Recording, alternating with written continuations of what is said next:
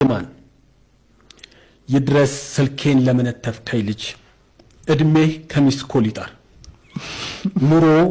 ቫይብሬት ሙድ ላይ ይሁን ችግርህ እንደ ዩቲ የቲክቶክ ፎሎወር ይብዛ የኔን ስልክ እንደመነተፍክ የባንክ አካውንትህን ሃከሮች መንጥፉ